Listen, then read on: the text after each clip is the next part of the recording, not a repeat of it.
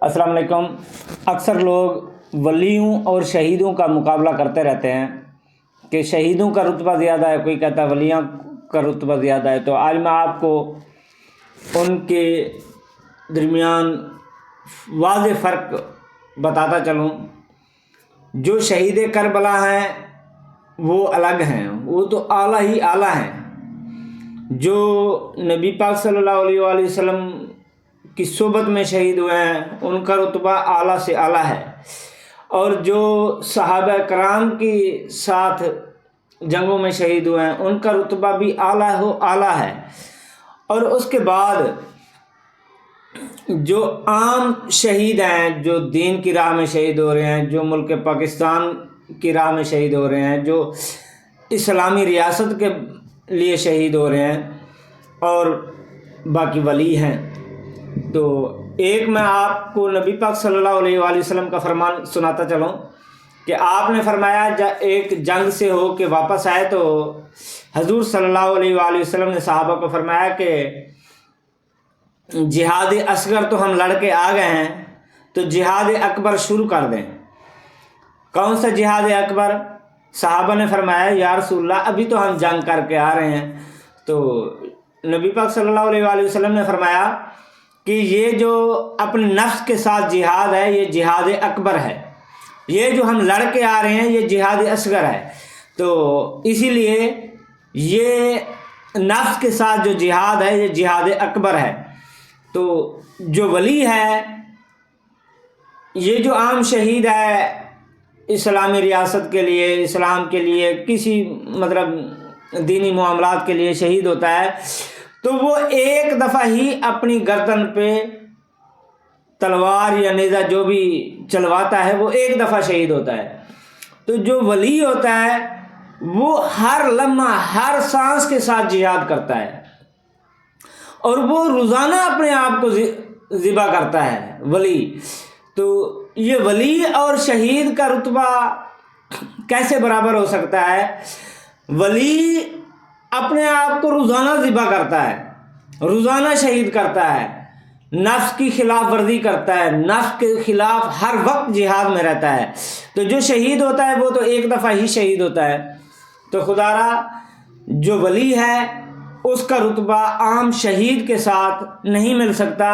تو آپ موازنہ نہ کیا کریں، آپ بس آنکھیں بند کر کے ان کو مانا کریں کہ ولی بھی ولی ہے، شہید بھی شہید ہے۔ ہم نے ان کا بھی ادب کرنا ہے، ان کا بھی ادب کرنا ہے۔ نہ انہیں ہم نے نعوذ باللہ مردہ کہنا ہے، نہ انہیں مردہ کہنا ہے۔ ہم نے صرف آنکھیں بند کر کے اللہ کی رضا کو حاصل کرنا ہے۔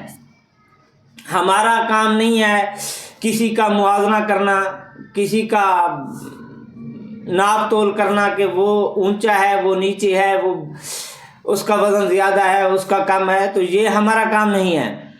ہمارا کام ہے بس آنکھیں بند کر کے ماننا۔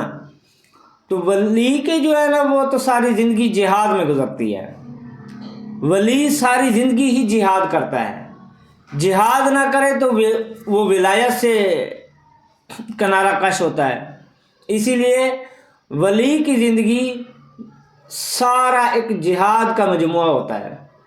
وہ ہر وقت اپنے آپ کو شہید کرتا ہے، اپنے نفس کو، اپنے آپ کو ہر وقت شہید کرتا ہے، ہر وقت ذبح کرتا ہے اسے۔ اس کا جو جہاد ہے وہ تو ہمیشگی والا جہاد ہے۔ ولی اللہ کا دوست ہوتا ہے، تو اللہ کے دوست کو کوئی ایسا موازنہ یا برا بھلا یا ان کو نعوذ باللہ مردہ کہنا، یہ تقریباً کفریہ کلمات ہیں، کیونکہ اللہ تعالیٰ نے منع فرمایا ہے کہ ان کو، وہ میرے نزدیک کھاتے بھی ہیں، پیتے بھی ہیں، چلتے بھی ہیں، پھرتے بھی ہیں، آپ نہیں جانتے۔